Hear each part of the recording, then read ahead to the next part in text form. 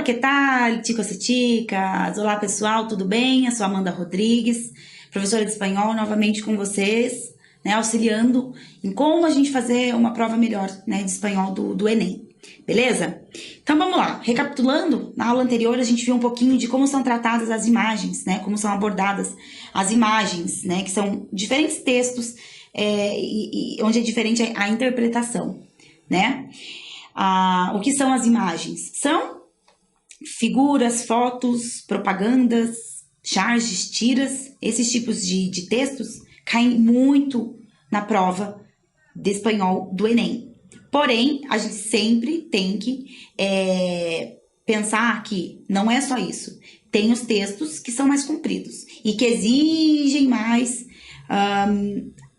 trabalho, né? Porque você tem que trabalhar bastante a parte da gramática e vocabulário e principalmente a interpretação dos textos, tá? Então, tanto as imagens quanto os textos são importantes para vocês estudarem e caem muito na prova do Enem, tá? Os textos, então, aqui hoje a gente vai trabalhar duas questões que caíram em provas do Enem. E qual que é a dica principal para vocês começarem a interpretar um texto? Vocês se lembram? Acho que sim, né? Então, o que vocês devem fazer quando vocês se deparam com um texto grande? É começar a ler por onde? Pela questão. Então, a gente tem que entender o que o texto está pedindo de nós. Por quê? A gente sabendo o que o texto está pedindo, a gente vai ter uma melhor assimilação quando a gente estiver lendo o texto. Tranquilo? A gente já vai entender o que está sendo pedido e aí vai ser mais fácil para a gente assimilar. Tranquilo? Então, vamos fazer isso, pessoal. A gente tem aqui um texto e tem um título, tá? Ele se chama assim: Los guionistas estadunidenses introducem cada vez más el español em seus diálogos. Beleza. Quando esse texto tem um título, é sempre mais fácil que a gente já consegue entender qual é o tema, certo? Então, vamos lá. Como esse texto é um pouquinho comprido, eu dividi ele em 3 partes. Vamos para a pergunta, vamos entender o que está sendo pedido, tá? Então, vamos lá. Bom, qual é a questão? De acordo com o texto, nos filmes norte-americanos, nem todas as falas em espanhol são legendadas em inglês. Esse fato revela o quê? Revela alguma coisa. Então, o que está dizendo? É uma afirmação, correto? Que de acordo com esse texto que nós vamos ler, nos filmes norte-americanos, nem todas as falas em espanhol são legendadas em inglês. E esse fato revela algo. Então, vamos lá. Vamos começar a ler o texto, pessoal, e já vamos começar a fazer a interpretação dele para a gente ganhar tempo. Beleza? Então, vamos lá. Título a gente já leu, né? Então, vamos ver o que significa esse título. O que seriam los guionistas estadunidenses? Los guionistas estadunidenses são os roteiristas, são as pessoas que escrevem os textos, né? Os filmes.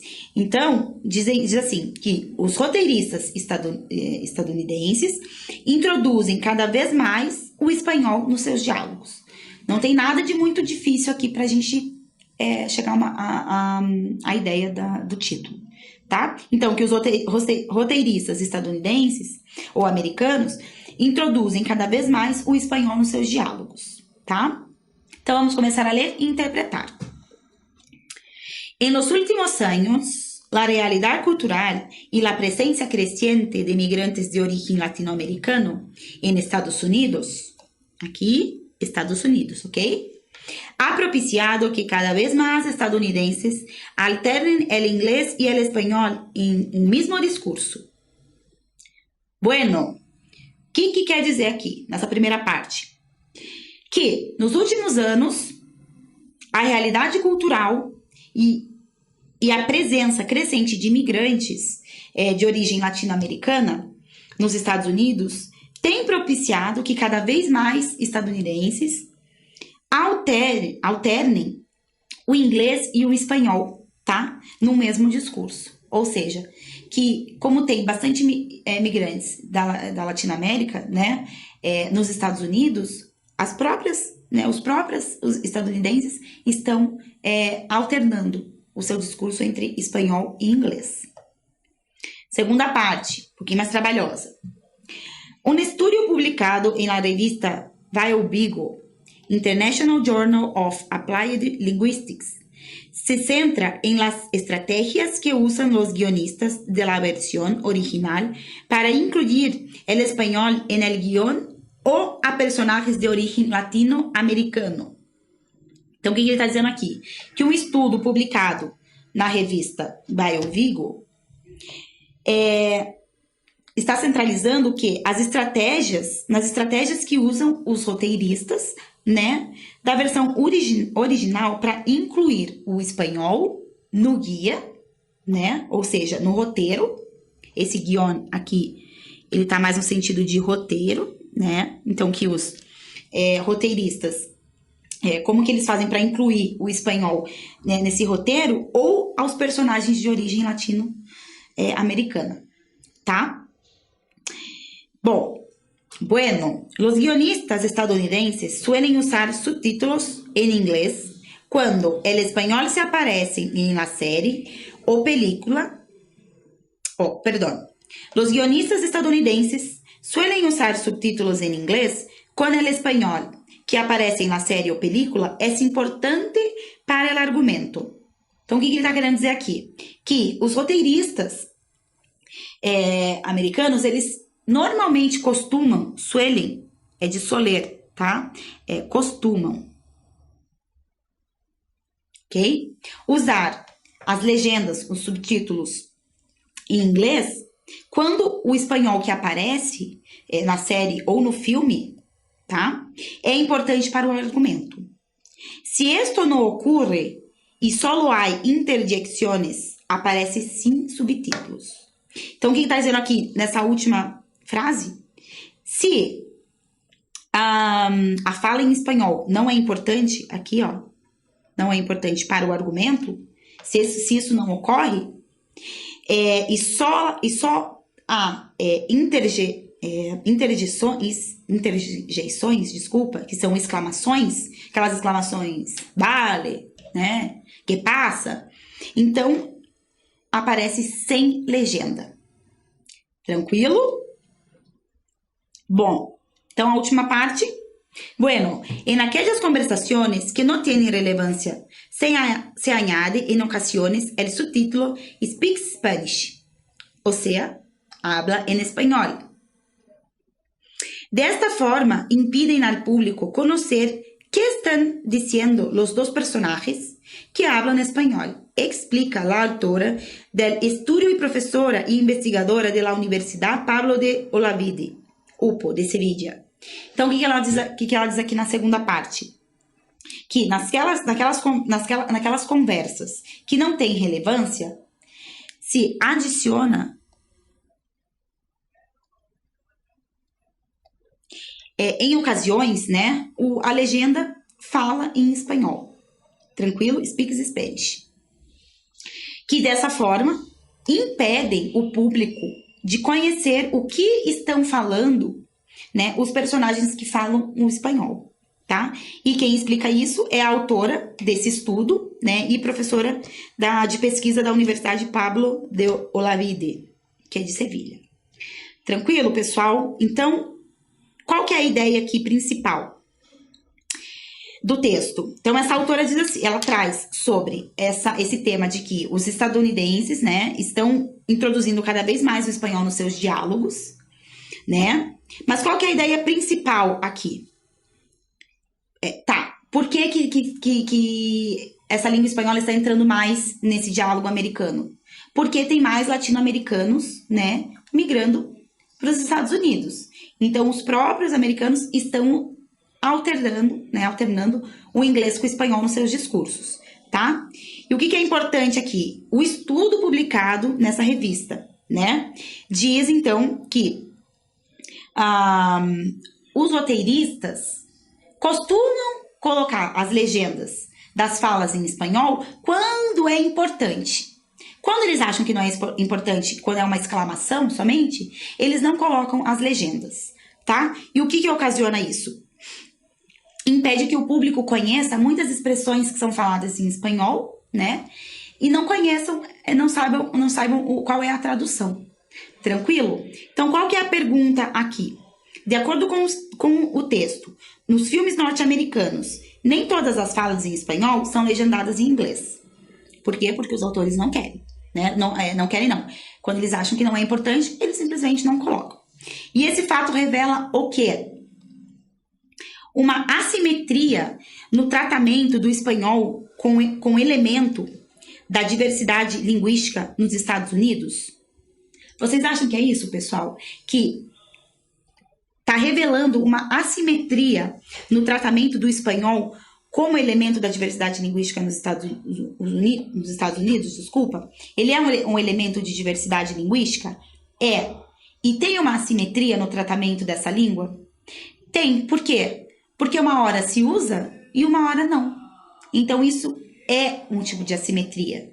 Tranquilo? Então, aqui a gente já encontrou a resposta. Vamos ler as outras para a gente ter uma certeza e ficar bem seguro de que é isso? Seria, então, uma escassez de personagens... revelaria, então, esse fato de não ter as legendas em inglês, revela a escassez de personagens de origem hispânica nas séries e filmes produzidos nos Estados Unidos? Não, pessoal, o texto não trata disso. Não fala que falta personagem de origem hispânica. Tem os personagens, porém, não é colocado a tradução da fala deles. Tranquilo? Esse fato, então, de não colocar as legendas em espanhol revela a desconsideração com o público hispânico que frequenta as salas de cinema norte-americanas? Poderia ser uma desconsideração com o público, mas aqui, na verdade, ele expressa aqui a assimetria no tratamento do espanhol, tá? Como elemento da diversidade linguística nos Estados Unidos. Não está revelando que há uma desconsideração com o público hispânico. Não é isso. Apenas que os autores consideram que é algo mais importante, né? Que se precisa traduzir, eles vão traduzir. Se eles acham que não precisa, que é algo mais fácil, ok. Então, aqui a gente já elimina também a letra C.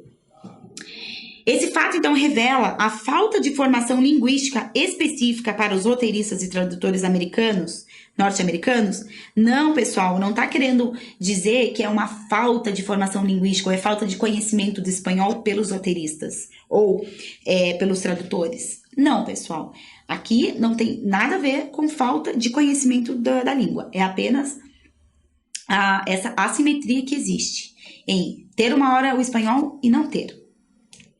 Seria, então, esse fato que estaria revelando a carência de pesquisas científicas sobre a influência do espanhol na cultura norte-americana?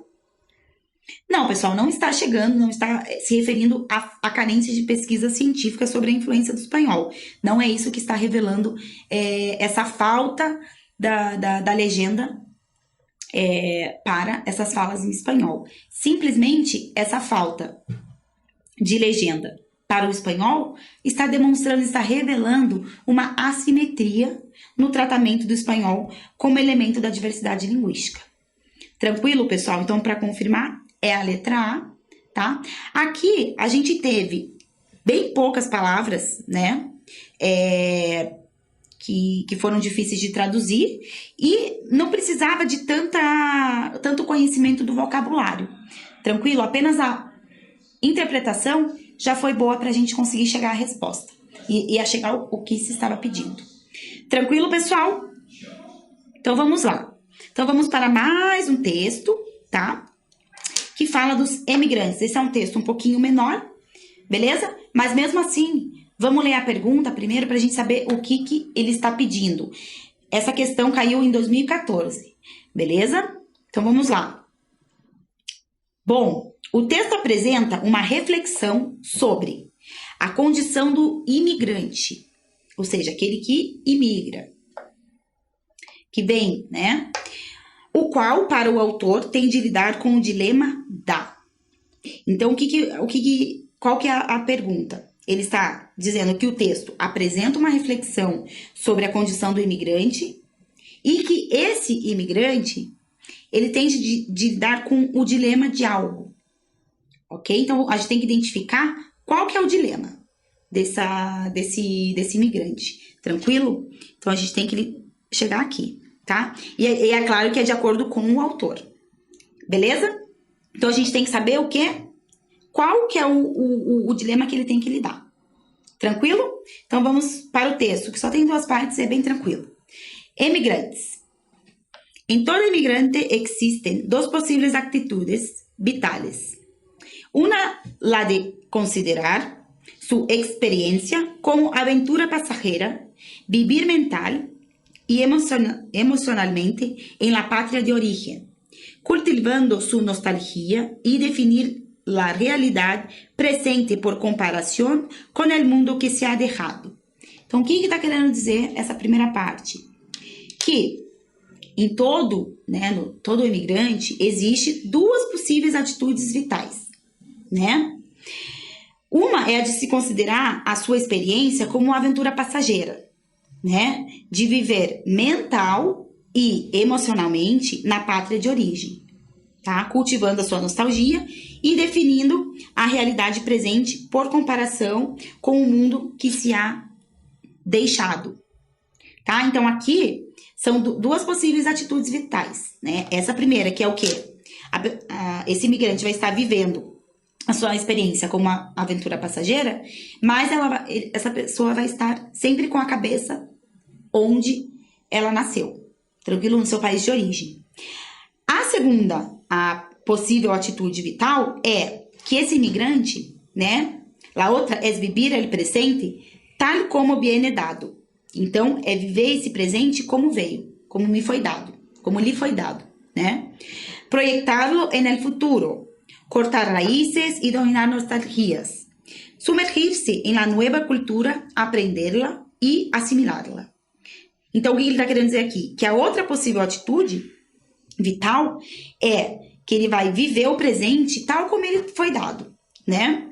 Projetando sempre no futuro, cortando raízes, né?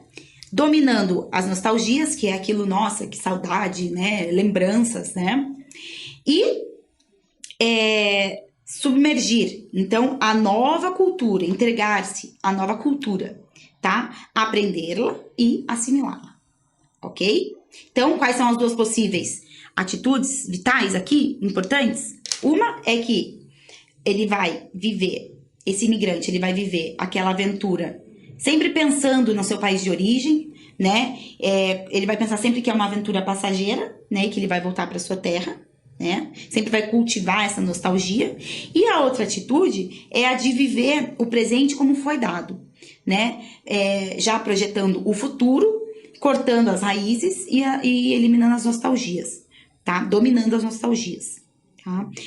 Já se entregando para a nova cultura e aprendendo e assimilando. Tranquilo? E, para terminar, el drama personal del inmigrante reside en el hecho de que casi nunca es posible esa elección en términos absolutos, y al igual que el mestizo, se siente parte de 2 mundos sin integrarse por completo en uno de ellos con exclusión del otro. Então, o que ele está querendo dizer aqui na segunda parte? Que o drama pessoal do imigrante reside onde? No feito. Hecho é feito, tá? E do verbo hacer é o particípio, ok? Hecho. Então, que reside no feito de que quase nunca é possível essa eleição do imigrante poder elegir ou escolher o que ele quer. Se ele quer ter a nostalgia ou se ele quer viver o futuro ou o presente. Tranquilo? Em termos absolutos. Termos, tá? E igual que o mestiço, né? Ele se sente parte de 2 mundos. Sem integrar-se por completo em um deles, tá? Com exclusão do outro. Então, se eu quero um, eu não vou ter o outro, porque ou eu vivo o presente, ou eu fico lá no passado, pensando no meu passado, pensando em como era viver lá na minha terra. Tranquilo? Então, tá bem clara aqui a ideia do texto, né? Ele diz do imigrante que sai da sua terra e ele sempre tem 2 pensamentos. Ou é ficar sempre pensando no seu passado, com aquela nostalgia, sempre lembrando das suas raízes, ou projetando o futuro, vivendo aquele presente, já projetando o futuro e já interagindo com a cultura que ele está agora, atualmente, tá? E a conclusão do texto é que esse drama pessoal do imigrante é que ele não consegue elegir ou um ou outro, né? Ou ele tem que elegir um e excluir o outro. Tranquilo? Então, esse é o dilema. Tranquilo? Então, vamos lá.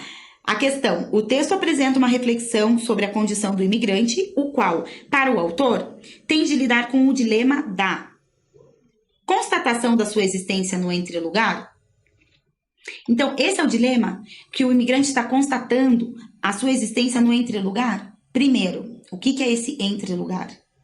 O que é um lugar? Primeiro, o lugar é algo em que eu sei onde eu estou.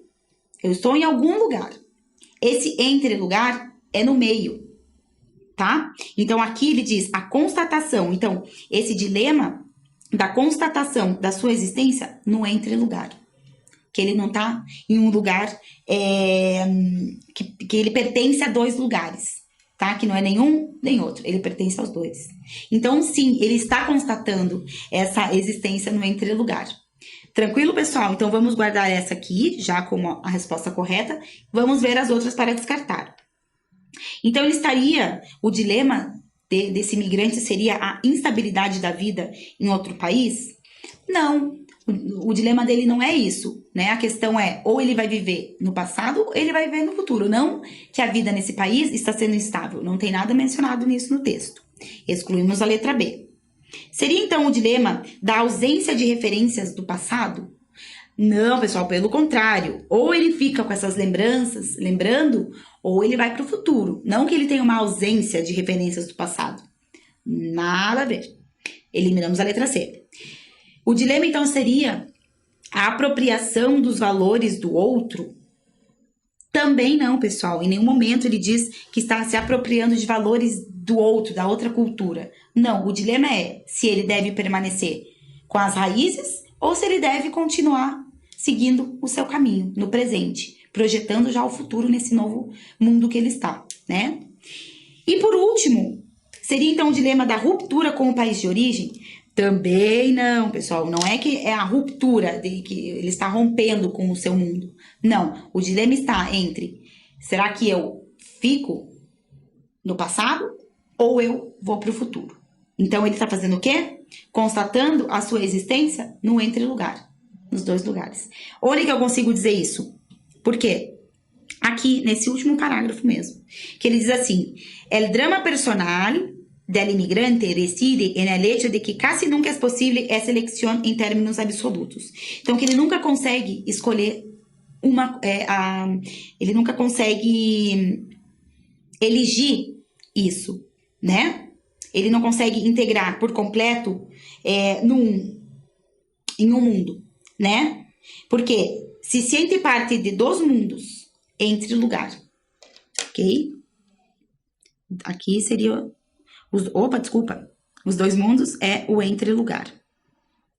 Tranquilo? Então, ele se sente parte de dois mundos nesse entre-lugar, sem entregar-se por completo em uno de ellos. Então, sem integrar por completo em um deles, tá? Com a exclusão do outro. Não tem como fazer isso. E é assim que ele se sente, que ele tá nos dois mundos. Tranquilo, pessoal? Então, por hoje é só. Espero que vocês tenham chegado à mesma resposta que eu, né? E que tenha ficado claro para vocês. Aqui também não tinha nenhuma palavra muito importante para ser interpretada no texto. O que foi mais importante? A leitura e a interpretação. Tranquilo, pessoal?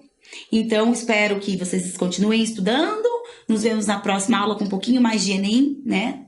Para a prova de espanhol. E estudem, pessoal. Nos vemos e hasta pronto!